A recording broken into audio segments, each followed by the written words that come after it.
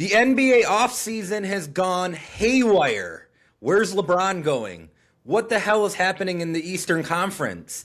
And did you know we have a new website? We've got it all covered on a brand new episode of Modern Flame coming your way right now.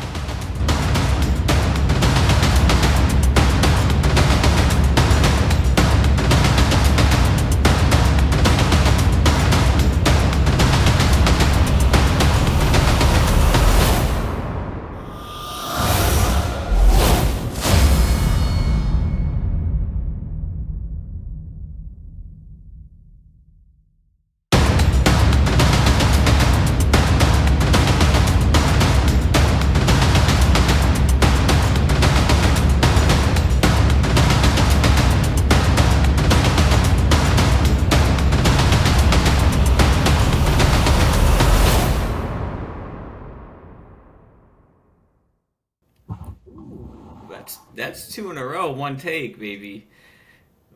Can't be stopped. Yeah, it's getting easy. It's getting easy. Shout out to the website though. For anyone who is listening, please go check out the website. My partner and our founder here has done an amazing job with the website, so it looks great. Please go check that out, and we'll have a lot more content coming your way.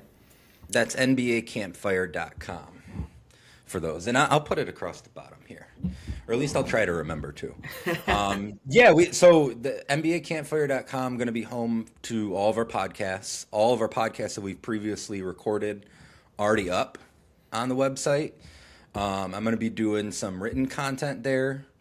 Got an article about LeBron and what he might do and how this is his final decision. That went up this morning. Got a little article written. I shouldn't say a little article. It's quite lengthy. Written about Game 7 of the 1970 NBA Finals. That one went up yesterday. Going to have a bunch of good stuff coming up.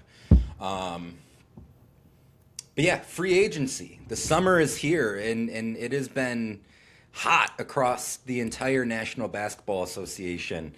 Where do we start, Vin? I don't even know, like, what is headline A? Where do we begin? Ooh, headline A. That's a better question. I think if I was gonna say we either got to start with Giannis or Austin Reeves just because of the timing, but the question of what's the title so far of the offseason, I gotta say Jaylen Brown, just because of the momentum that started during the Giannis talks. I mean, realistically, that's when everyone kind of knew Jaylen Brown was going to no longer be a Celtic, is when they offered him to Milwaukee for Giannis.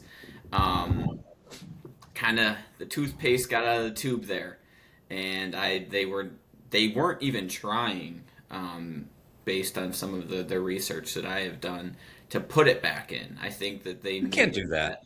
That relationship was fractured as soon as they offered him, and they weren't willing to put Julio Gonzalez and Baylor Shireman in the Giannis trade. And after Milwaukee went to Miami, Boston had to look elsewhere. And don't know this is the place, the landing spot they wanted, but they did get some draft capital, and they got a guy that matches salary. And I mean, yeah. What are your thoughts on it?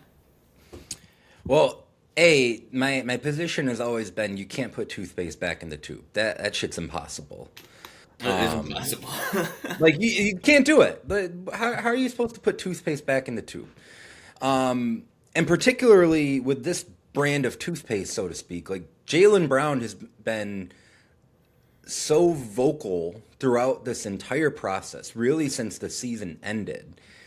It felt at sometimes like self-sabotage, almost like he was trying to talk his way out of Boston. Now, as far as Boston's eventual trade partner, who ends up being Philadelphia, I did see yesterday that at one point the Sixers had the highest odds of any team in the league to be Jaylen Brown's team going into 2026-27. They were considered the biggest long shot of anyone in the NBA. I even saw that Hoops Hype didn't have a single Jaylen Brown to Philadelphia rumor at any point in the site's history up until the trade went through, which is pretty remarkable. That it just materialized that quickly between two teams who are division rivals, longtime rivals. The Sixers knocked Boston out of the playoffs this Yeah. past year. The whole thing is just completely unexpected. Now, where do you want to hit on this first? Are we looking at it from a Boston perspective or Philadelphia perspective? Because I think both are interesting and both kind of leave us with some lingering questions. I think we could start from the Boston perspective because they're kind of the ones who started this all. I think Philadelphia just kind of joined in late. It was like, hey, he's on the table. All right, Yeah. let's make a pitch. I think that and there's been a lot of debate with the analytics. Boston clearly didn't rate Jaylen Brown as high as Jaylen Brown rated himself.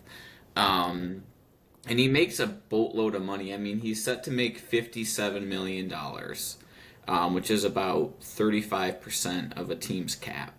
And Jason Tatum makes about that much money. So they're almost taking 60 to 70% of the Celtics cap. And I think what the Celtics saw last year in the playoffs was this recipe isn't working anymore. With the cap, the way the cap rules have changed, I think that they wanted to pivot and they went to make the splash for Giannis, and that didn't work. And then the already fractured relationship with Jaylen Brown just got worse. I mean, you said it. It was before the Giannis trade that he made the headline. This was my favorite year. It's not calling Tatum out, but you could look into it. It's bad optics at the It's very bad least. optics, and honestly, Tatum didn't help the cause. And I'm not. Tatum is always quiet. You never know about his personal life. He moves silent. He could have very easily came out and been like, "There's no beef between us. I understand what he was meaning by it. Like, we're good." He never said that. And it leads, narratives to fly of that relationship is over. And I think Boston just felt like they had to get rid of him. One, because they didn't think they were good enough under the salary cap, and two, because the relationship was over. I don't really think they had a lot of offers coming in, though. So I know they were looking for 4 first round picks at one point. They landed on 2 and Paul George. So I mean, they did pick up some good pieces, though. Like, they brought in Mitchell Robinson. I think Mike Conley signed for a 1 year. They did have a solid year last year. Tatum is coming back. They do get 2 draft picks. I don't think it's like the end of this Celtics. I still think they have building blocks here. It's not what they wanted. It's certainly plan D, probably. But I still think they are in a spot where they could compete and have future assets. Would be interested, though, if Tatum has anything on his mind if this doesn't go well in the next year or two. Yeah, it's interesting because Do you from think they're good Boston. enough with Jaylen Brown and Jason Tatum currently as is, or what it used to be? Like, were they good enough, especially in the East now, to compete without really having the flexibility to add? Well, that's the really tricky thing about this is because it's only 2 years ago when they win the title. And not only do they win the title, but they make the East Finals in 2023. They make the NBA Finals in 2022. They make the East Finals in 2020. This team has won more over the last 10 years than any other team in the Eastern Conference. But the last 2 years, it does kind of, there's like a stink to it because they lose to New York in 2025. And Like, yes, Tatum gets hurt in that series, but they're on the verge of going down 3-1 with him in the picture Yep. anyway. This year, regular season, I don't want to say you have to throw it out, but they get what, 15 games out of Tatum? Yeah, 16. So 16 games. And then obviously they lose to Philadelphia. They blow a 3-1 lead. Tatum doesn't play in game 7, but you still expect to get by a Sixers team that had to go through the play-in just to get in the playoffs.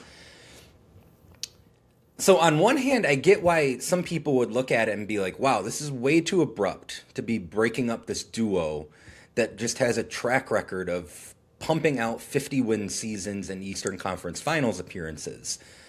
On the other hand, if Boston is really evaluating Jaylen Brown the way that it seems like, according to reports, they are, and they think that just from a personality perspective, there's something off, I guess it makes sense to move off him now when even though they don't get everything they want for him, his trade value is probably never going to be higher considering he just was second team all NBA. Yeah.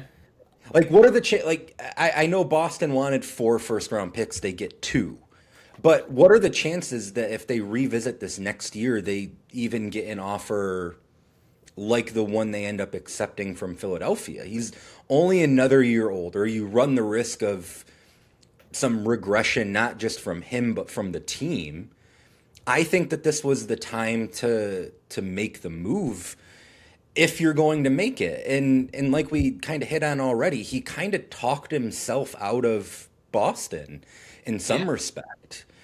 Now, So that's a long-winded way of saying yes, I do think that they could remain competitive in the Eastern Conference if Jaylen Brown did not kind of talk his way out of Boston. And that's assuming that Jason Tatum comes back next year and looks like peak Tatum, which we saw glimpses of in the few opportunities we could see him play. Now I think the question for Boston is are you going into something that is going to resemble a retooling year, or is this still a roster that could compete for an Eastern Conference title? That I well, don't know. I think that's where Brad Stevens better hope that guys like, Hugo and Baylor Shireman pan out. Because if those two turn into really solid pieces for them, it makes complete sense that they wouldn't be included in the Giannis trade. And you have two young players that you want to keep and develop, and if they turn into starters or one of them turns into starters, you have them on a little bit of a cheaper deal. That's how you win within the margins. If those two don't pan out and they can't be rotational players in the playoffs, Brad Stevens has egg all over his face, in my opinion, because you had the opportunity to trade for Giannis. So those two people are honestly really important to the Celtics organization for the next 2 years, I think. I would even though he plays a different position, I would even throw in Peyton Pritchard into Yeah. that conversation because from what I've heard is Boston is looking at this somewhat as a bet on Peyton Pritchard that with a heavier share of the offensive burden going his way, they think that he could elevate. Like the comparison I actually heard was could he be their version of Jalen Brunson, who kind of takes off after he's not sharing touches and kind of playing behind or playing second fiddle to Luca. Yeah. It now it, that so And he's on a great contract too. So I right. mean, the Celtics are making the bet to try to win on these marginal contracts, and they're gonna look brilliant if Peyton Pritchard turns into Jalen Brunson. That's Yeah, for sure. I mean, even if he doesn't turn into Jalen Brunson, that's a Right. pretty steep ask. But if he can elevate his game, and he has the last couple of years, and you get one of those two, either Shireman or Hugo, to hit, then maybe this pays off because you've got two first round picks coming in the next few years. I actually didn't think Paul George like gave Philadelphia that bad of minutes this year. I felt like he No, kind of a settled 3-and-D guy. into like an old man Paul Yeah. George sort of role. So I do think that Boston can remain competitive in the East. The problem is the rest of the East just keeps getting better, and that includes Philadelphia, their trade partner in this deal, who now are moving forward, put Embiid aside because we don't know what we're going to get from Joel Embiid on a year to year or day to day basis. But you've got a backcourt of Tyrese Maxey, VJ Edgecombe, Jaylen Brown on the wing. That right away, like that right there, gets you in the mix in the Eastern Conference, in my opinion. With a really good head coach, a decent roster around them, and hey, are we all of a sudden a LeBron destination potentially? Yeah. I know that they have, recently joined that conversation late, basically after the Jaylen Brown trade. Mm-hmm. Um, so yeah, they certainly have all of the tools currently to make a play. It's interesting though, like, is Jaylen Brown going to be happy there? Like, I felt like Jaylen Brown thought of Milwaukee as like, oh, I could be 1A. I'm going to be the guy. Who's the guy there? It's He's not not going to Embiid. be the guy in Philadelphia. Philadelphia just fucking adores Tyrese Maxey. Right, right. So, that it will be interesting. Um, and they lost some key pieces too. They lost Quentin Grimes, Kelly Oubre. Um, so, that's something to keep into mind. But I think overall, they're going to be right there in the East. I think probably they'll be what, two behind the Knicks, maybe one favorite. We could probably look it up right now, but they also did.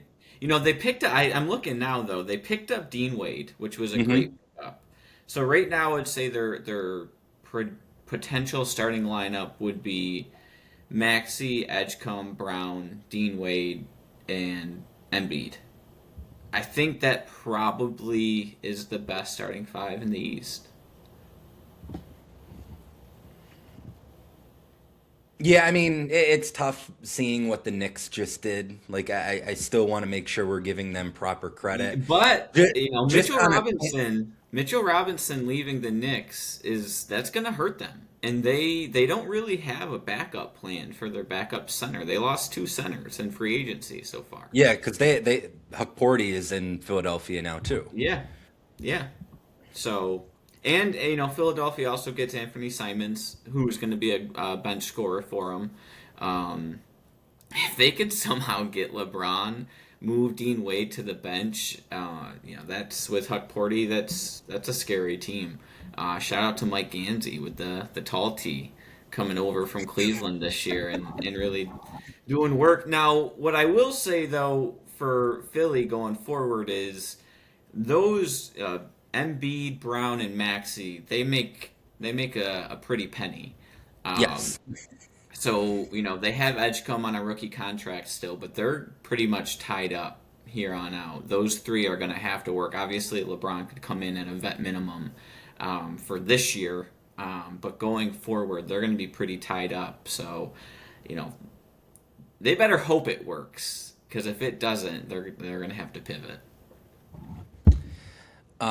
Yeah. Let's pivot to another Eastern Conference team because you had said initially you thought we'd start with Giannis, Yep. and it happened what 2 weeks ago, a week and a half ago, and so much else has happened that it kind of feels like it's on the back burner a little bit, but this is still probably the biggest move of the offseason thus far. It's a Yeah. top 25 all-time player getting traded to a franchise that they just always have a way of acquiring a big name player, and recent history tells us they're going to be pretty damn competitive right away. I mean, they acquire LeBron and Bosh in 2010, don't have much else on the fringes of that roster besides the big three, they make the NBA Finals. They acquire Jimmy Butler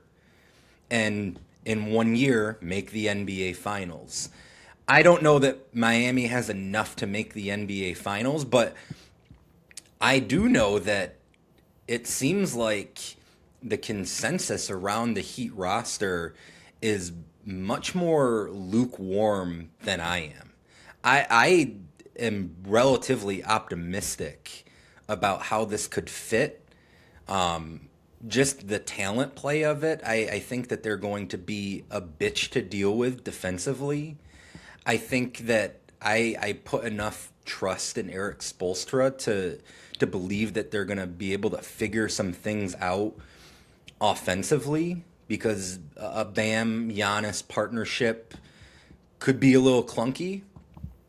But what's your thoughts on this as a fit?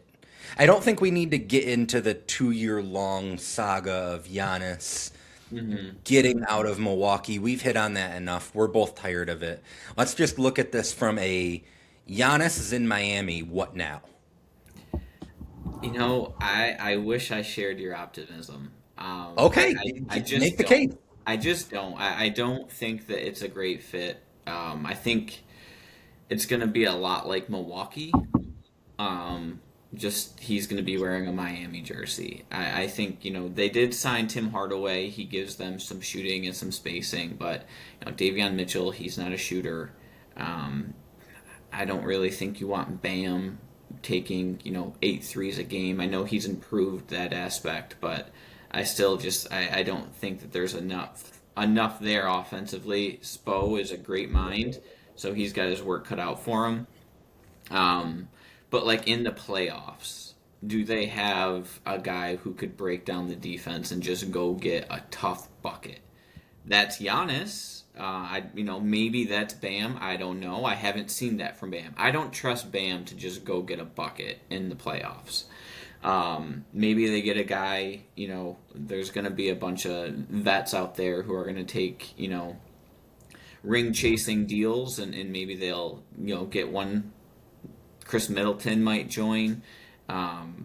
Defensively, they're going to be elite. They're going to be probably one of the best defensive teams in the league, if not the best. Hard to say the Spurs won't be. But they'll be the best defensive team in the East. I just don't think they have the offense in the playoffs where, it's not really transition. You have to score in the half court. And you have to make kind of individual baskets, and I just don't see they have enough of those guys. We're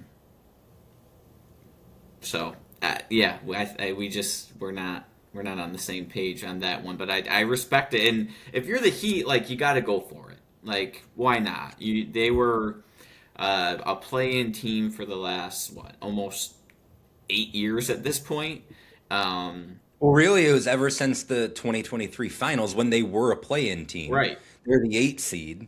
So 2022, they have the best record in the East. Then 2023, as an 8 seed, they make the finals. But we're talking 4 years in a row now where they're a play-in team. You're right. Correct. So, make the swing. Giannis wanted to be there. He's going to extend. Anytime you get a chance to get, a Shaq or a LeBron or a Jimmy Butler, you take it. And Pat Riley's he's always won with those guys. And I think Giannis fits the culture. I think that all of that is a great fit. I am interested in the offense. But maybe they could, get some guys on smaller deals that come in. I mean, we're going to get to LeBron at some point, but this is another potential. And does LeBron fit? I don't know. I don't think LeBron really fits either. I think that LeBron fits anywhere. Let's make that clear. But I also don't know if LeBron fixes all of their needs. Well, let me ask you this, and we'll get back to Miami, and we'll get back to some of the non-LeBron moves in a second. But if you're just looking at how the rosters are constructed right now, what team do you think gives LeBron a better chance of winning a championship next year if he joins on a vet minimum or something close to it? Miami or Cleveland?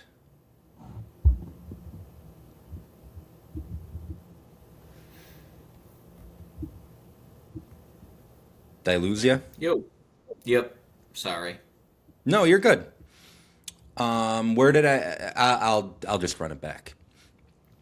Um, so we'll get back to the non-LeBron free agency stuff and trades and all that in a second. But just as a quick aside, if we assume that LeBron really is going to sign for the vet minimum or something close to that, that money isn't an issue, which team do you think gives him the better chance to make the NBA Finals? Miami or Cleveland? Cleveland. Do you? Yeah, I think Cleveland is just a better fit. Like I, the problem with Cleveland, similarly to the problem with Philly, is they both were embarrassed in the playoffs last year. So, what's the mindset of those core pieces? I know Philly obviously gets Jaylen Brown, so he can kind of shift the mindset of the team, and he's kind of a proven winner. But both of those, Philly and Miami, or Philly and Cleveland, they have some work to do on that side. But I just think that overall, if LeBron just could come in at the vet minimum, you go Harden, Mitchell, LeBron, Mobley, Allen. That's a seamless fit. He plays the three. At times, late in the game, he shifts to the four. Mobley goes to the five. You bring in Max Strus. I think that really works. In Miami, I think it just gets really clunky. He's playing the three next to Giannis and Bam, with Davion Mitchell and Tim Hardaway at the one and the two. And you got Wiggins still there. And So Wiggins, okay, so you could go Wiggins at the two with, I mean, I guess you could probably put LeBron maybe at point guard then. that's how I envisioned it when Miami signed Hardaway, because I've been going through the calculus of whatever the LeBron decision is Hmm. going to be on like a minute by minute basis. I feel bad for Maria because I've just been like a ghost thinking Yep. about all the potential LeBron fits. When they signed Hardaway, I thought, okay, LeBron, Hardaway, Wiggins, Giannis, Bam. Does that work? And I don't know the answer. Just like I don't know the answer if LeBron is next to James Harden. Does that work? Because here's the concern to me with Cleveland. I don't know that they could be good enough defensively if you have James Harden and a 41, and at that point he'll be a 42-year-old LeBron James on the floor in the playoffs. And it's not like Donovan Mitchell is locking people down. So can that team get stops? I at least know Miami can get stops. So that's the tug of war that I'm having in my head. Now, I'll just make it clear, and again, we'll get back to some of the other stuff. As someone who lives 15 minutes away from downtown Cleveland, I am very hopeful that LeBron comes to Cleveland. But I there is a part of me that thinks he would have a better chance of getting ring number 5 if he were in Miami. Yeah, I guess I could see your argument there. I guess my issue is I don't think he has a realistic chance to win in Miami. I think that he has maybe a better chance to win in Cleveland. Um, yeah, I don't. But if he goes to either of those teams, I don't think they're the favorite in the East. I think if he goes to the Sixers, they become the favorite in the East. Um, I hate this Harden deal that Cleveland has because I think that would be the most simple, easy way to go about it. Bring LeBron in, bring some other pieces in with Harden's money, but there's Hmm. that secret agreement there. Yeah, I mean, you may have talked me into it with him playing point guard. I guess who is he gonna guard? Or who is Tim Hardaway? Like, who's gonna be their? I mean, you got Wiggins would probably have to guard the other team's best guard, Hmm. and then you'd have Hardaway on the two. He'd play the three. Yeah, that could work. I think offensively they'd still be very um, jumbled up, but Yeah. No, there defensively, amazing. and there's no perfect fit like around the entire league unless unless he was gonna just bop into a situation like San Antonio. I don't think that there is like a perfectly seamless I fit think for Philly would him. be a perfect fit. I think Philly really would be a perfect fit. That that He would could be he could play the that would be four. high on the list. Yeah. I mean, you think about you'd go Maxi, Edgecombe, Jaylen Brown, all three of those guards, especially Edgecombe and Brown, they could guard. Hmm. And you have Embiid playing the five. He's probably not going to be there, but they did, they brought in some backups. Um, and he could kind of just play that like Swiss Army knife for action, um, kind of coast through the regular season and turn it on in the playoffs. The only thing I don't love about that is I don't necessarily know if I want him joining another team. And that's more of just a LeBron legacy aspect of it. But there's something about that where if he goes back to Miami, if he goes to Cleveland, it's still one of his three teams. Right. Okay. Let's pivot back away from LeBron for a second and continue to move through these other moves that, particularly in the Eastern Conference. Kawhi Leonard, on multiple occasions, you have guffawed at my notion that Kawhi should have stayed in Toronto. 7 years later, I feel vindicated because this is the one team that he said that he would sign an extension with. I feel so good about it. What do we make of the Raptors? Is this like a legit team in the East, or are we getting a little bit ahead of our skis here? No, I think they're right there. Like, I think they're right there. I think the Knicks are one, and then there are like three or four teams that are like right on that next level. And they're one of them. I mean, Scotty Barnes is a proven all star.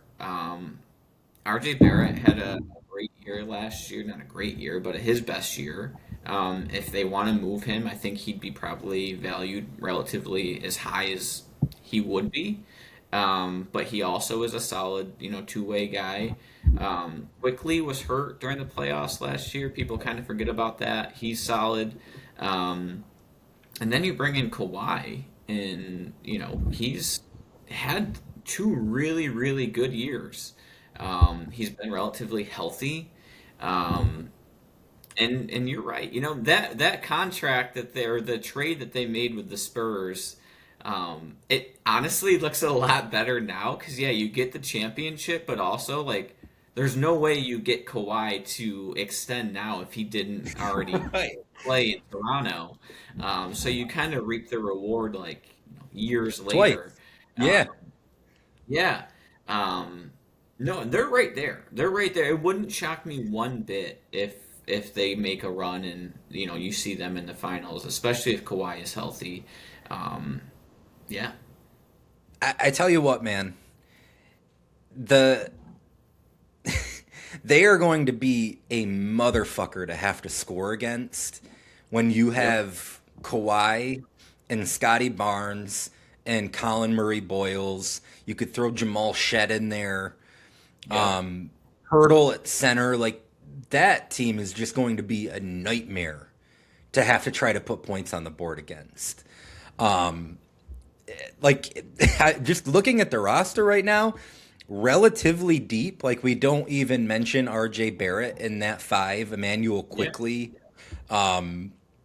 They signed Kyle Anderson. I don't think he gives you much at this point, but a guy that Kawhi is familiar with.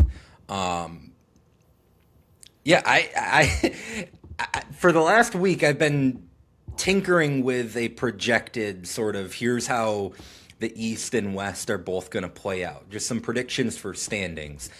And I've had Toronto as high as two in Yep. in those projections. I haven't bumped the Knicks off of 1, but from 2 to 10, like I have no idea what to expect in the Eastern Conference this year. But I think Toronto is closer to the top of that than the bottom if they're getting 65 games out of Kawhi, which he gave the Clippers last year.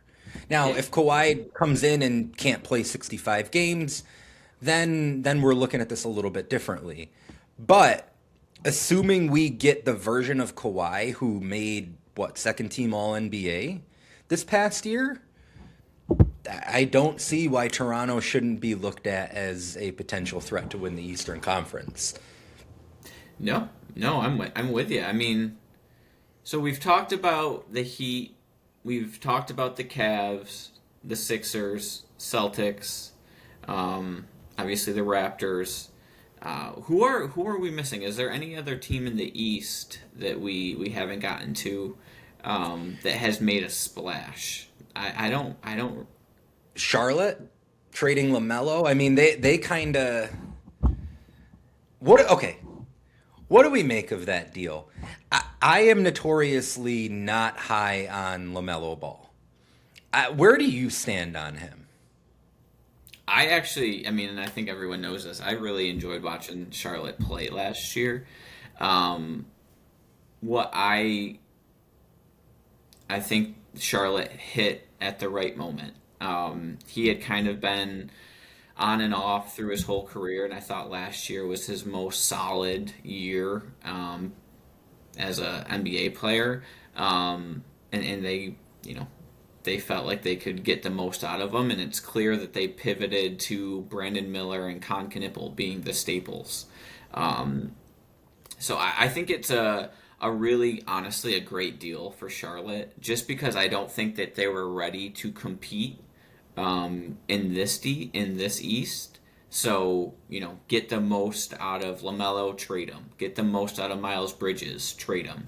And kind of regroup under this young core that you have. Not only did they have, Khan and Brandon Miller, they had a lot of really young players come together and play really well last year.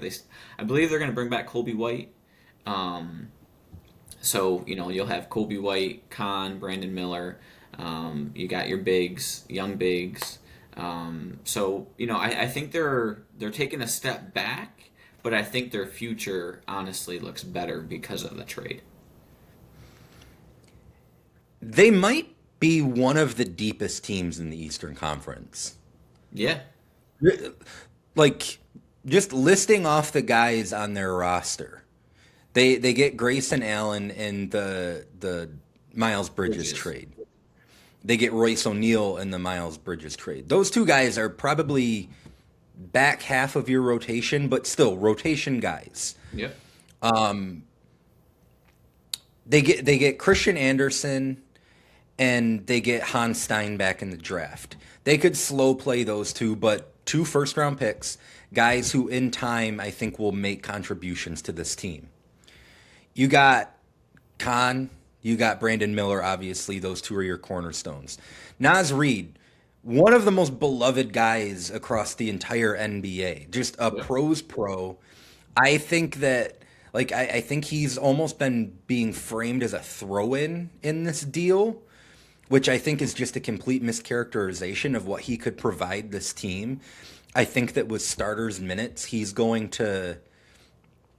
It's not like all of a sudden he's going to make a jump to all-star necessarily, but I think that he's a legit starting big in this league. He's proved that as a consistent 6th man of the year candidate over the last few years. Kobe White kind of came on at points late in the year last year. LaMelo got benched for Kobe White on a few occasions and down the stretch in games. Even somebody like Ryan Kalkbrenner, who nobody expected. I got so excited I just punched my microphone. Ryan Kalkbrenner, who know that he would do it to me. Yeah, I mean, he had a great rookie year, though. Yeah, he did. Diabate, another big. I just think that this team is going to be better than people expect them to be. I think that there's an expectation that they're going to take a step back. I don't think that that's going to be the case. Now, they might not be any better than eighth or ninth in the East, which they were last year. But that has more to do with the rest of the East upgrading than it does Charlotte downgrading or staying stagnant. I think that this team is going to be pretty solid. Yeah. No, I mean, I said that they might take a step back. I think maybe that was the wrong choice of words. They're just regrouping. Like they clearly are pivoting from their old core, and they're moving to more of like a younger, like let's maybe build this thing out where in 2 to 3 years we could be a real contender. But they're still going to be a good watch. Still got the broadcast crew intact, so as long as he's there, we're gonna keep watching. I think Naz Reid though could be an all-star. Like like you said though, the East has just gotten so good, and a team that we haven't mentioned that they get the best free agent out of anyone, and that's Halliburton coming back to the Pacers. The Pacers are going to be a team that they're not going to be a bottom feeder anymore. Now you're speaking my language. So, that's why Charlotte, not maybe they don't take a step back in terms of like their play, but their seating. I don't see them moving up. I could see them maybe going down, especially if a team like Orlando figures it out. Like there's still a lot of teams that I think.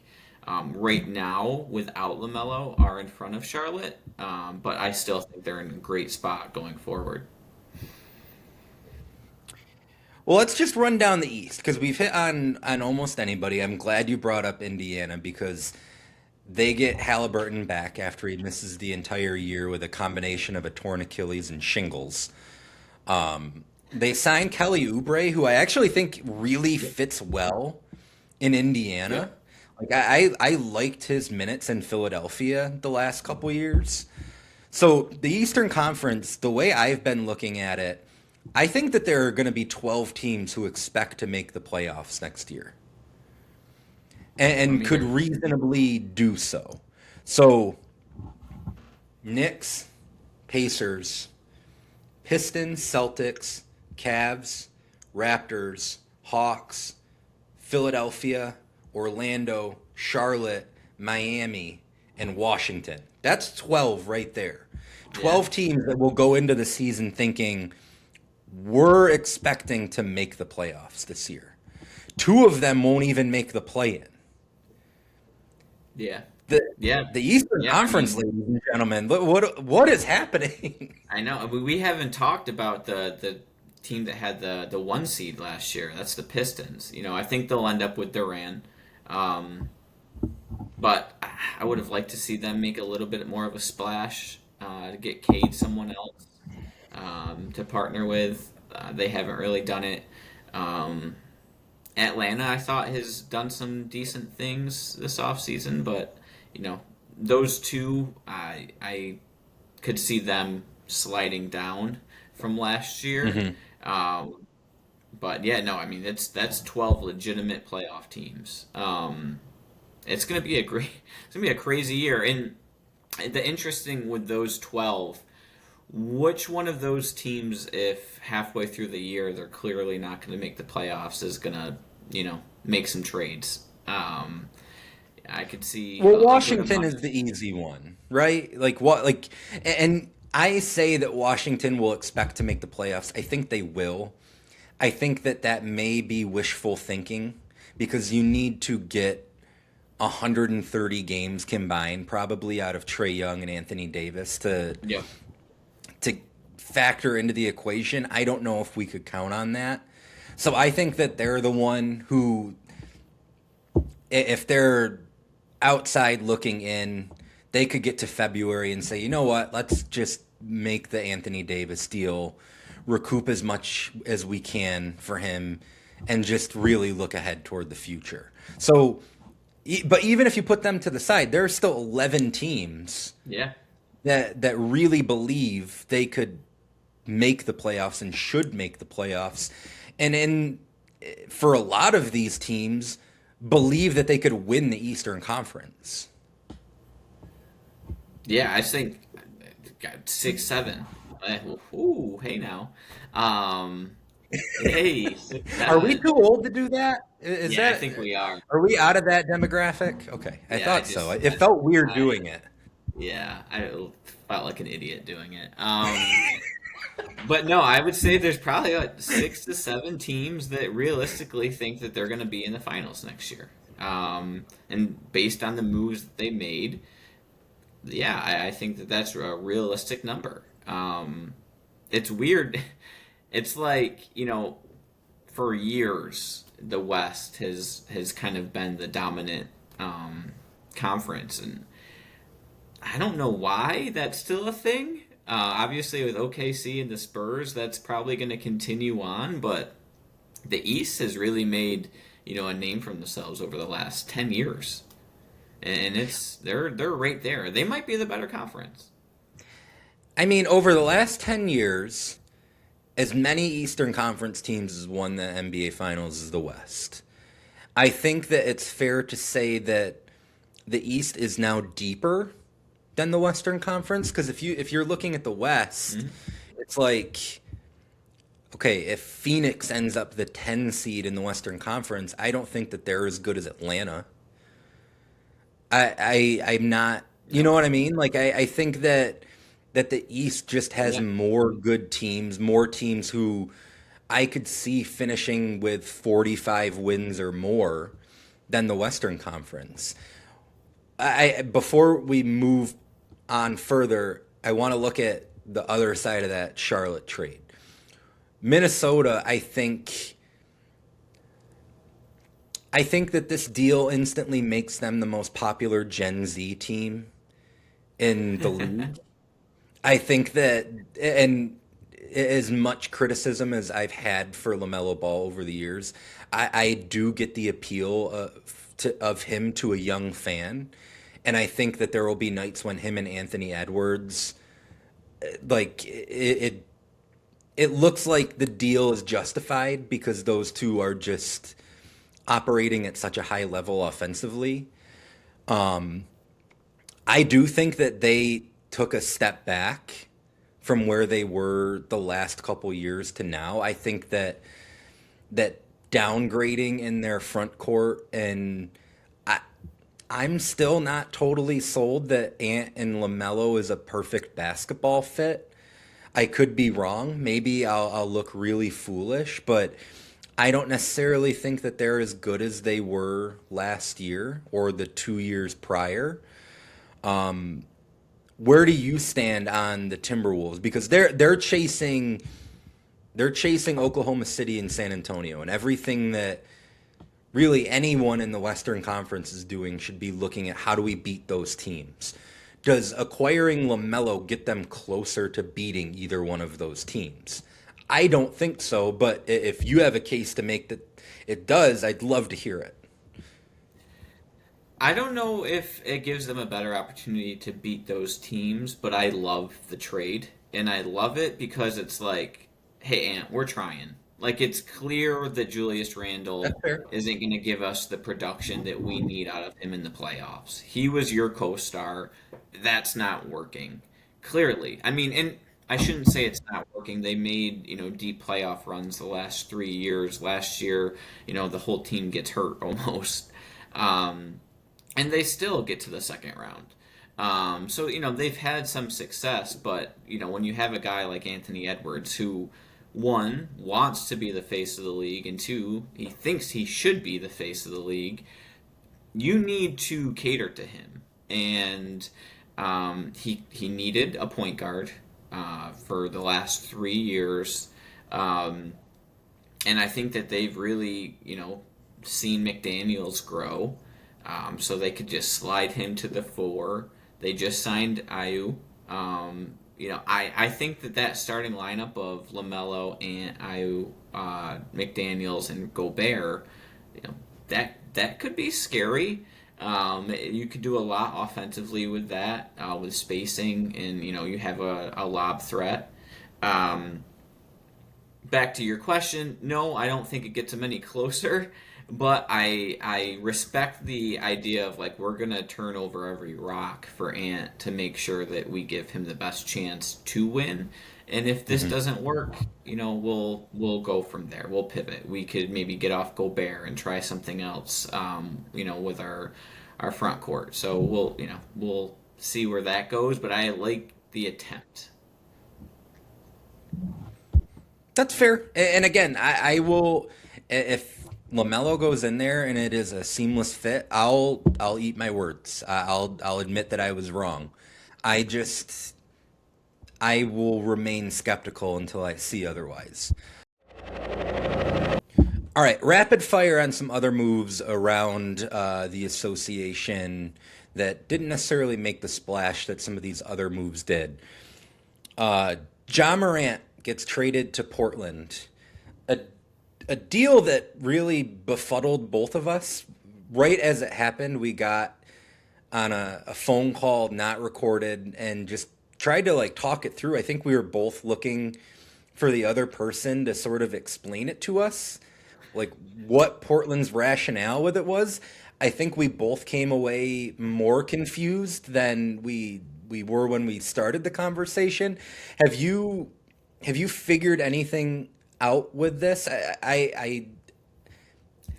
I don't know what I got. I have some theories, but I want to hear what you have first. I am so happy to hear that you have some theories because not only have I not figured it out, I've gotten more confused. Because I thought that they were going to maybe make a play for Jaylen Brown, like package Scoot and Drew and get a wing, or maybe Denny and like Scoot or something. Um, but they didn't, and they're staying pat, and they're saying, no, this is the team. We like this team. We're not looking to trade. When I called you, I was like, well, they got Drew, and they got Scoot, and they got Denny, and now they're bringing in Ja, and you were like, and oh crap, Dame's back. Like they got five guys that play very similarly on offense. They need the ball. Well, I mean, Drew doesn't necessarily need the ball, but he's not like this floor spacing guy. Um, I'm lost. I don't know. I think it maybe would have been a good deal if you package some things and go get big. Maybe I know they lost, but I think they're going to lose Robert Williams if they haven't already. Um, they have Klingon, but like what? It just I have no clue. So help me out here. So I arrive at the same conclusion as you in that Drew doesn't really need the ball. He could kind of be a chameleon, and you're getting enough from him just as like a connector Yep. offensively and defensively, everything that he does. Um, so that piece of it, I feel like I've kind of resolved. The Dame, Ja, Denny trio, I'm still confused by how that's going to work. Um, what I wonder about Scoot is Portland a team that is eventually going to decide come February, like, hey, we could make a move for a proven sort of win now guy, and Scoot ends up being like the centerpiece of that deal. Like, could this be an Anthony Davis team? Where if you're Washington, you think, okay, it's not happening in the Eastern Conference. We could move toward a future with Debansa and Sar and Koulibaly. And hey, now we have our point guard or combo guard next to Trey Young. I maybe that's the closest I've come to figuring out the Scoot aspect of it. Um, Question for you: do they have the money for that? Because I mean, I would assume that the Wizards are going to probably extend Anthony Davis to a pretty high number. I mean, they just gave Trey Young a ton of money. I mean, Anthony Davis is extension eligible, so I would assume he's going to want an extension before the season starts, which honestly probably makes him harder to trade. But now I'm thinking about it, I don't really know who Portland would have on a huge deal where they probably would be able to take that money in.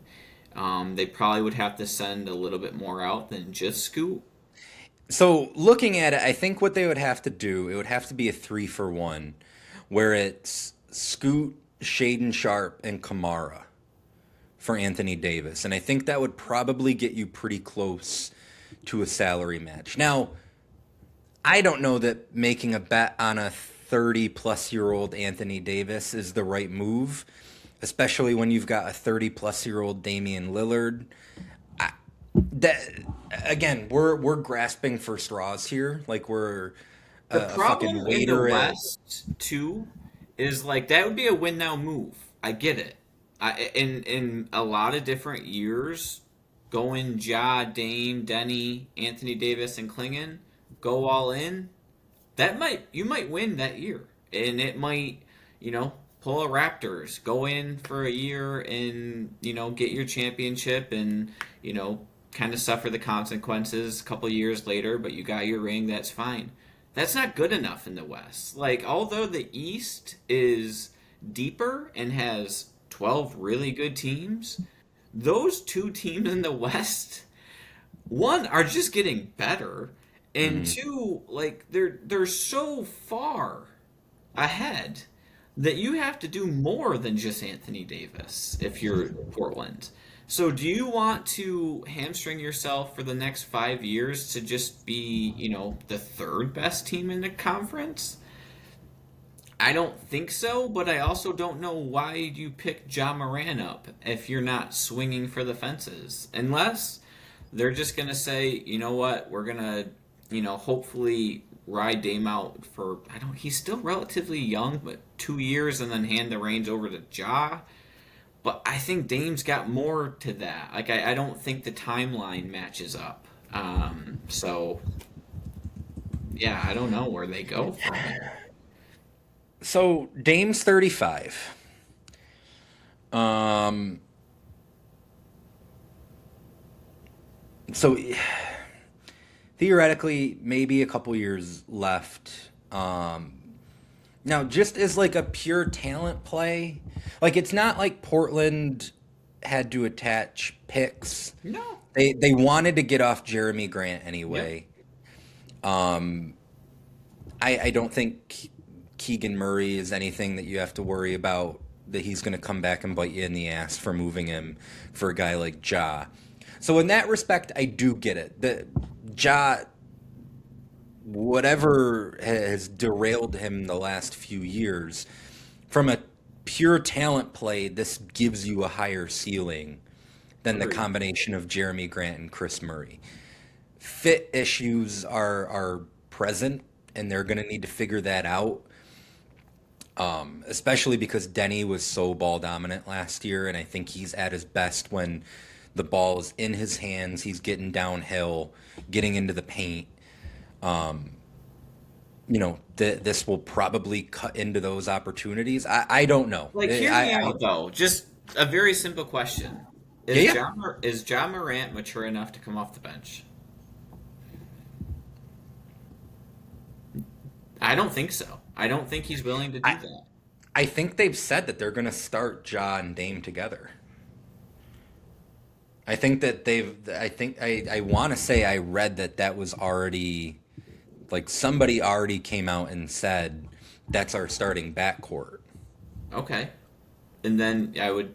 Do you go Drew and Denny or Drew coming off the bench? Because I don't. You probably can't go Denny at the I four. think what you need to do. I think you need to do if they're going to start Dame and Ja together. I think it needs to be those two: Denny at the three, Kamara at the four, and Klingon at the five. I think you need a little more size to compensate for that backcourt. And then you have Scoot, Drew, And Drew off the and bench. Sharp coming off the bench. Yep. Okay, I mean, again, I don't think it's a great fit, but I also don't really think they were going anywhere. And like you said, they didn't have to give up draft picks. So it's a little bit like your problem for my problem type of a Yeah. trade. Yep. Um, but you know, it's interesting. It makes them a interesting team, like kind of similar to the Timberwolves. Like, don't know if it makes you better, makes you more interesting though. That's for sure. We got to reshuffle the deck and try something different. Yep. Yep. Is basically the logic. Yep. Um, Lakers, how do you feel about everything that LA has done as they head into a post LeBron world? I I just I think, they kind of did what they had to, but I still don't love the roster. Um, I don't know how they're going to be able to play defense. I think Kessler is going to help clean At up. least now they have a legit rim Yeah. protector behind everyone else. Like that will raise the floor of their defense, even with the concerns that a backcourt of Luka Doncic and Austin Reeves, like And I mean, was Kessler will help. yeah, maybe Laravia plays the three, or Quentin Grimes. I guess you could probably put Grimes at the two and Luca's the three, and defensively. Um, yeah, I think they did what they had to. They promised Luca that this was going to be the summer that they got him a true big. They did that. I think Austin Reeves is, you know, someone that you could almost player comp like the production of Kyrie. So, if you're Mhm. trying to rebuild that Mavs team from a couple of years ago that got to the finals, they have a true rim threat, a rim protector, and you have a secondary playmaker who can get his own shot. Um, you know, bring in a guy like Colin Sexton who could kind of be a defensive stopper if you need to. Um, the big from Toronto, I'm gonna butcher his Mamu, name. Yeah, Mamu. That's a safer play. Mamu, Um, yeah, just go Mamu. but he's a floor stretching, big who's gonna, be able to, I think, stay in front and get rebounds. And yeah, overall, I think they did what they had to. I don't think that they're sniffing OKC or the Spurs though. Like it's so hard for me because like the marker is at such a high level. It's like, yeah, they did Yeah. good, but they're still not there. And I don't know if that's going to be good enough for Luca. So it's interesting, and I think like Dallas is in the same, or I'm sorry, Denver is in the same boat. Like these teams are really good. They have superstars, but they're not even close. Could Denver be a LeBron team? I think Denver would be a great fit for LeBron. Be a great fit. Honestly, that might be the best fit. Um, Yeah, like you put him there with, and again, we go back to LeBron, on brand for me, but you put him with Jamal Murray, Peyton Watson, Aaron Gordon, Jokic, and LeBron, with some Christian Brown in there. yeah, Like that seems like a pretty solid fit to me for LeBron. Cam Johnson, yeah, absolutely. Yeah, like that I think like Denver is without question the closest team in the West to breaking into that top tier. Even though they just get bounced round one. Having Jokic there, it it, it gives you the ability to say like, yeah, we stand a puncher's chance against the best teams in the Western Conference if everyone is, clicking at the same time. That's That's the a team one though that that they need something. Like they need a yes. spark. Yep. That's another reshuffle of the deck and see what we have. And if they could kind of pause that for a year and get LeBron, and that could kind of be the igniter to for change, I think that's great. Um, the one question I have, and I don't think we've ever really had to ask this because LeBron's never been open to everybody, but like, is LeBron truly willing to go play in Denver? Like, is that where he want? He's in LA right now. His family's in LA. Bronny's still gonna play in LA. Um, he's got his other son in Arizona, relatively close, young daughter, wife. all in LA. You're gonna move to Denver. I'm not sure that's there. So, like, what's LeBron truly looking for? And I know we're just going back to LeBron, but honestly, any team we talk about with the fact that they could sign LeBron for a vet minimum, you have to bring him up. Hmm. Um, I just, I don't know. I think there are probably life choices that he's going to have to decide. And if he's like, no, I'm all in. I want to win a championship. I think Denver, Philly, all those teams are in play. But if it's more of like a life choice, I don't see it. Well, that's what makes this decision so different than all of his other decisions. And I wrote about this today on NBACampfire.com. Nice plug there. Plug. Um, in 2010, it was clear what he wanted. He wanted to compete for a championship. Miami gave him the best chance to do that. In 2014, he wanted to return home. Cleveland is the only place that gave him that opportunity. In 2018, he wanted to dip his toes in the pool of Hollywood and play for the most glamorous and prestigious franchise in the NBA. That's the Lakers. In 2026, what does he want? Right. He's a billionaire who has set countless NBA records. He's won 4 championship rings. Really has nothing left to prove. What is happiness to him? Yeah. What is the move that is actually going to make him get up every morning with 73,000 minutes on his odometer and want to keep coming back? Is that playing for your hometown team? Is it competing for a title with a coach that you've already won 2 titles with in Miami? Is it playing alongside your biggest rival for a year and getting to experience that? Is it playing with a basketball genius whose brain operates very similar to yours and Jokic? I have no clue. Right. I have no idea what it is that he wants. And that's what makes this decision so interesting is I don't think that there's a good read exactly on what he wants out of this. The closest guess, and I've maintained this for years now, and I'll stick with it until the end. I think he wants the last chapter of his career to come in Cleveland. I think that is a perfect ending to a storybook career where there is redemption and he is villainized there and he keeps his promise and he starts where he began 25 years ago as he entered the public spotlight. That makes the most sense if he cares about that narrative, but I have no idea if he does. Yeah. No, and it's the cool thing is we're going to be able to kind of find like what he's looking for when he decides. Mm-hmm.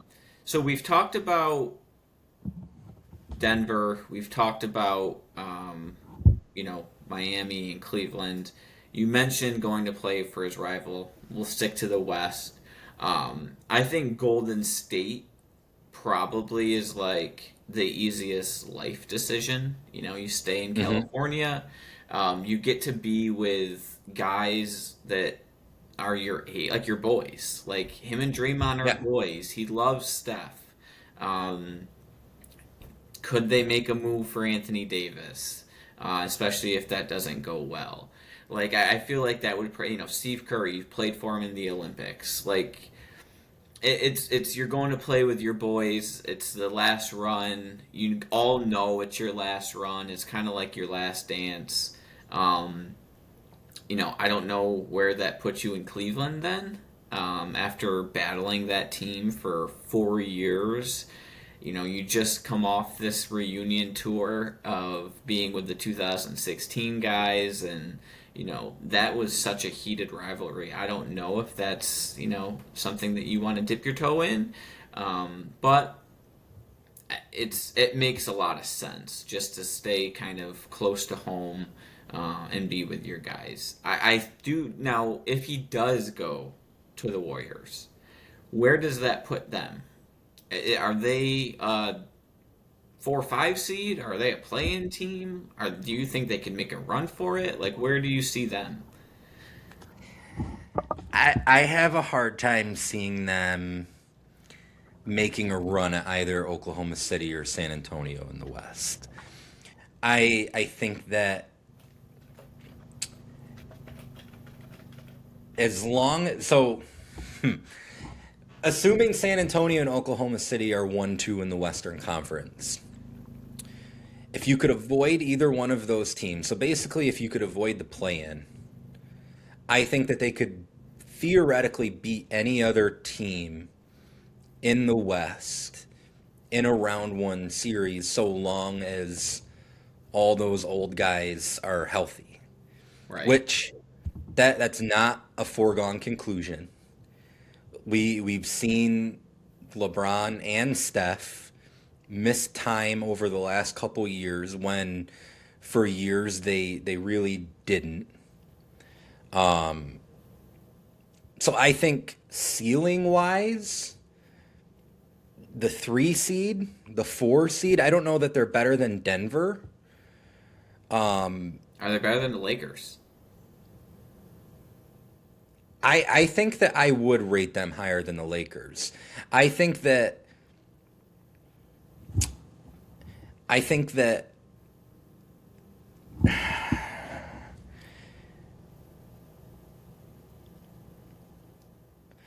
enthralling podcasting right now as I'm looking at the Western Conference standings from last year and trying to figure out how high Golden State could get. I think that they're probably better than the Lakers. I don't know that they're going to be a better regular season team than Houston or maybe even Minnesota, but I do think that they could beat either of those teams in the playoffs. I just don't know what the regular season would look like with guys as old as they are. And that's why I think the Lakers will end up with more wins too. So I think The Lakers could end up with more wins, but I think I would take the Warriors more seriously. in like a playoff. But I'm just Yes. saying for seeding purposes, now you're flirting with the play-in. Right. And Which if you you're want to LeBron, avoid. do you want to go to Golden State and, do all that for a play-in opportunity? I don't know. It would be fun and it would bring back a lot of memories. Like, for me, it would be like, hell yeah, this is my era going against this younger generation's era. Like, let's see if we still got it. Kind of almost like what the 2024 Olympics was to Steph and Yeah. LeBron. Like, no, no, no, no, no, no, no. Yeah, it's not. It's still our league. So maybe that's what he's going for. So interesting, but kind of to move off LeBron, I'm sure we'll go back at the end because I'm going to end it with I want your honest, true opinion. So you could start Okay. thinking about that now. Um, so we've talked about Denver, we've talked about the Lakers, talked about Golden State. Um, we've mentioned OKC and the Spurs. What about their offseason so far? What would you give them a grade of? Um, San Antonio, I think, knocked it out of the park with Tobias Harris. Agreed. I think that is maybe the most under the radar Agreed. acquisition of the offseason. I think that slotting him into that starting lineup, and I assume that Dylan Harper is going to be starting. At least that's what I would do if I was Mitch Johnson. Thinking about a lineup with Harper and Castle and Vassell and Tobias Harris and Victor Wembanyama, that to me feels like he is one of the missing pieces that team needed. That team needed another guy in that 3-4 range who could kind of get himself a bucket, who could be relied on to knock down an open shot. They needed that, and they needed more of Dylan Harper. And I think that if they get those two things, they're the favorites to win the NBA title. Right now, if I had to pick a team to win the championship, San Antonio would be my pick. I would have probably landed on them even before the Tobias Harris signing, and signing Harris to me like legitimized my feelings about what they were going to be next year. What are your feelings on? Would you rather have Tobias Harris or Rui Hachimura? because that's who I originally thought they were gonna bring in. When they got Tobias, I was like, okay, I think that's fair, and he gives all the things that you mentioned. Um, I think I would rather have Tobias Harris. I yeah, think having, not that Hachimura is young, but having another adult in the room, having a guy who has gone through a lot of playoff battles, yeah, I think that that really benefits them. That's something that they needed. I think production wise, him and Rui probably give you, like, it's a wash. yep, I would just rather have the experience, especially because you're getting him on a pretty reasonable deal. You're not locked into him for a really long time. It's 2 years, 31 million. Like, I just I felt like that was a home run. yep. And I agree. it's being covered like it's a single. Yeah, But and it's a home run because it's not the player that's the home run; it's the fit. It, exactly. it's he's not this A-list player, but they didn't need an A-list player. Their team Nope. was we saw it in the finals. We saw it in the playoffs, I should say. Their team was right there, very close, and in the finals, I felt like they did show a little bit of youth. Tobias Harris has been in a ton of playoffs. So yeah, no, great signing there. And honestly, I think that's all they really needed. Maybe an upgrade at like Cornet, but I still think I believe in French Vanilla as their fives. So I think Cornette's fine, and I think if you look at that bench now, and again, we don't know if it's going to be Fox or Harper who starts at point guard, but one of those two with the second unit, you slide Julian Champagny yep, to the bench. You still got Keldon Johnson yep, there. You got Carter Bryant coming along. yep, I think that like they have gotten deeper. yeah, I think that their young guys are all going to take a step forward. I think if you're San Antonio, and hey, by the way, Billy Donovan coming in as an assistant coach on your bench now, I think that that really helps Mitch Johnson. yeah, yeah. I mean, people didn't talk about that enough too. Is like he was a really young coach too, so Hmm. he's gonna get better because Yep. he's a bright mind. He's a great coach, but it's your first finals. Obviously, you're gonna be better in your second. Yep. Um, So now to the team that has won a championship, OKC. Bring back Hartenstein.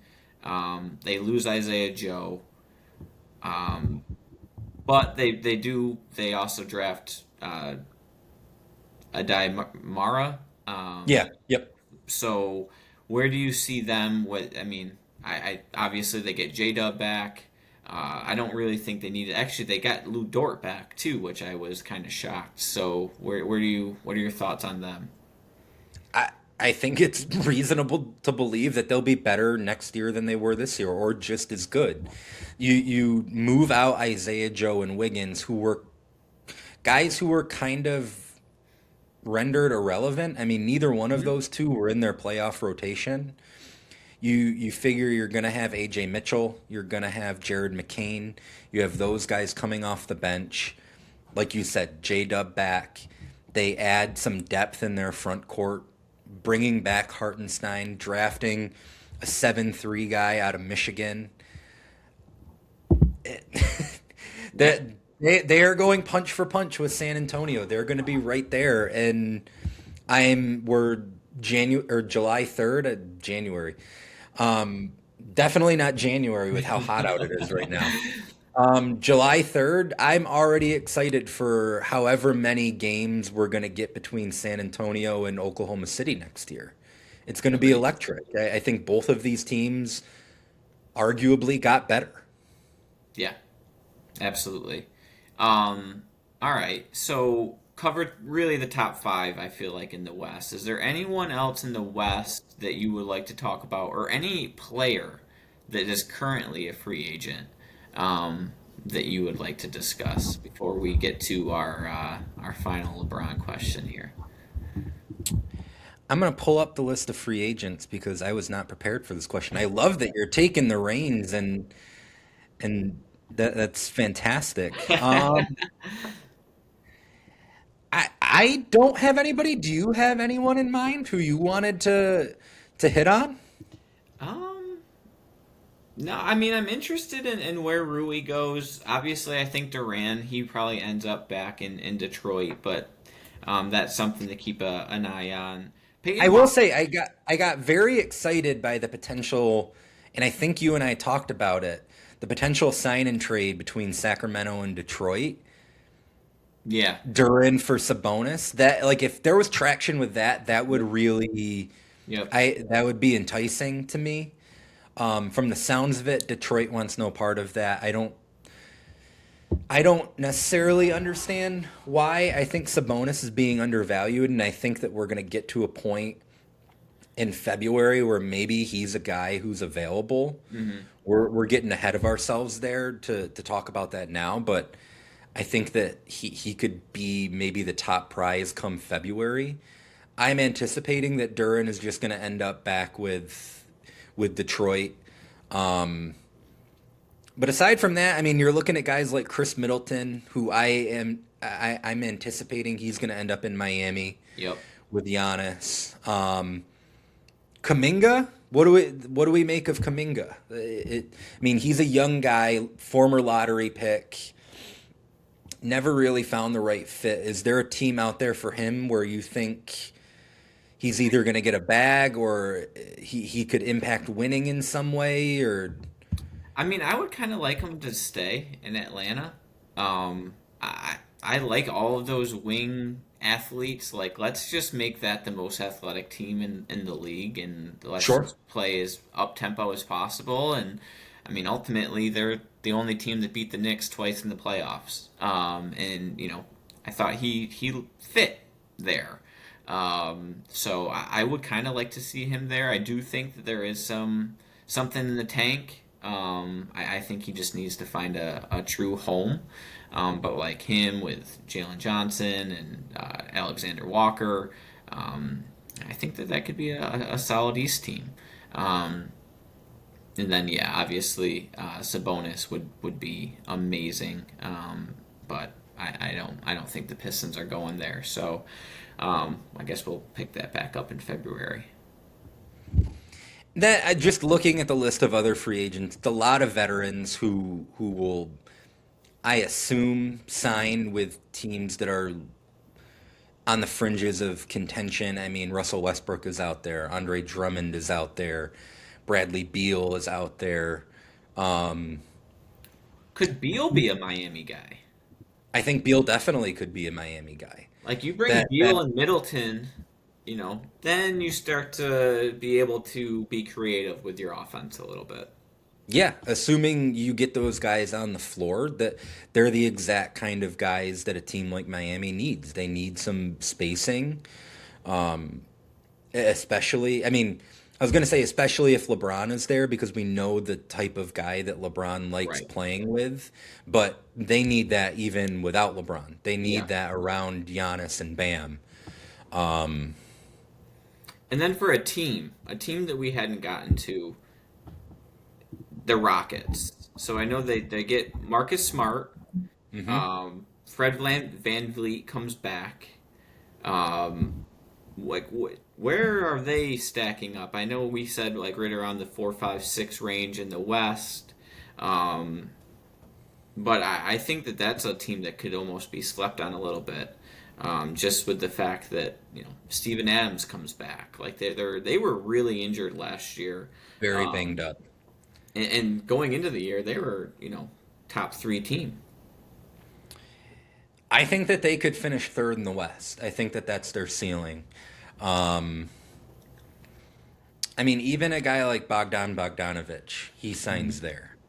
I think that having Smart and Van Vliet back gives you a nice insurance policy behind Reed Shepard if that just isn't working. Hmm. If you're just not getting enough out of him with his defensive limitations. Um, they're going to be long. They're going to be athletic.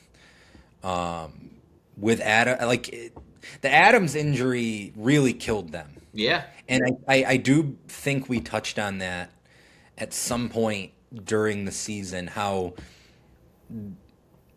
just having Adams and Şengün on the floor to get 40% of your missed shots was an offense all by itself. It was. So yeah, I think that they're right there. I think that if we're tearing out the Western Conference, I think it's San Antonio and Oklahoma City on the top tier. I think personally, the next tier down, I would put Denver and Houston with the potential of things breaking right and certain things fitting well, where I could imagine the Lakers, Timberwolves, or Warriors getting to that second tier. Very fair. Very fair. So, run down the East, run down the West, got to some of our remaining free agents. Now, the ultimate question. I have two of them. Okay. Where do you want LeBron to go and why? Where do you actually think he goes? Okay. I want him to go to Cleveland because I'm a selfish person. I think that he is going to go to Cleveland because I think that this is going to be his last year. And I think that he wants it to wrap up where he's at home. I think that's fair. I think that's fair. I do think that Golden State and Miami loom as potential options, but it's year 24. He's 41. I think he just goes back to where he's most loved. People in Cleveland still love him. Yeah. Even after leaving twice. Like, I'm here. I've been here 2 years. I obviously have loved him at every stop.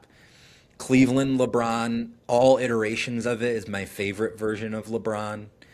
I just, like I said, I'm a selfish person. I want to live in this city while he's playing here. And I do think that that's how it's going to end up. I agree. I think that's how it's going to end up, for sure. Selfishly, I would like to see him go to Philly, just because I think that gives him the best chance to win. And it's just like another team that I think could really threaten the Knicks, the Spurs, and OKC. But the storyline of it all, he's got to go back to Cleveland. He has to. He has to. Especially because there are already conversations that he's going to be documenting the whole year. Like, are you really going to do that in a city other than Cleveland? Right. Right. I just don't see it. I don't. And There might be better basketball fits. There are better opportunities to win a ring. There is not a better opportunity to wrap up the longest career in NBA history than to go back where it started. yeah, and it's he lets the Lakers know that he's no longer going to be playing for them and he's going to look elsewhere while he's in Akron. And yes, there are a bunch of different basketball fits that, might be better and might give him a chance to win the ring. But there truly is only one home, and that's Cleveland. And, to start to get drafted by your hometown team, to win a championship with your hometown team, you got to retire with your hometown team. So that is what I'm rooting for. So hopefully we'll get that. And I kind of hope that he makes his decision sooner than later. I know he won't, but I would like to see Cleveland be able to make some moves around the margins to kind of help fill out that team if he does decide to go there. No, I'm with you. I mean, I do think that there would be some of the vets that we briefly mentioned who would follow there. I will say I'm going to be in Philadelphia a week from today for the weekend, going there for a wedding. I will be so angry if I am there and he announces his decision to come to Cleveland while I'm not in Cleveland. I know. I will be heartbroken. What's Uh, funny is, and maybe this bodes well for Philly. I happened to be in LA when he announced that he was going to the Lakers in 2018. well, if it happens again, we just got to send you back somewhere else next year. Got to send me to somewhere weird and Yeah. just see if it happens. Just like, okay, Sonny's vacationing in Phoenix. LeBron is now a Sun. Oh goodness. Um, Man, great job taking the reins as like the host on this one. I fucking loved it. Well, I mean, we got to start spreading the wealth. I know that you're writing, you're editing, you're our social media guru, our IT guy. So shout out to I'm you. trying my best. Yeah, Trying my absolutely. best. Um, Anything else we got to cover? No, I think we did a pretty good job. I agree. Maybe we come back after LeBron does make his decision, just kind of put a bow on the summer, look ahead toward the season. Um, in the meantime, I would implore everyone to check out NBACampfire.com, like we mentioned a couple times already. Uh, Got all of our podcasts, season one of NBA Campfire. Um, Got all of our Modern Flame episodes up on NBACampfire.com. I've written a handful of things already. I got this cool product called Hoopertheticals, which I would love if everyone took a look at. It's 60 prompts that you and your friends who love basketball could take a look at, some conversation starters, make you think a little outside of the box about the NBA. They're $5 for 60 prompts. Put a lot of time into that, and yeah, we'll have a constant stream of content on NBACampfire.com. Vin, always a pleasure. Now I do have something cool to end the episode with. You're not going to be able to see it right now, but I put together a little sneak peek of what we're going to be doing for season 2 of NBA Campfire. So we're going to roll that right now. Vin, always a pleasure, my man. Stay cool. That is going to be tough these Yes, days. sir. Hit that pool action again if you have to. Always. Um, we'll be talking soon. Absolutely.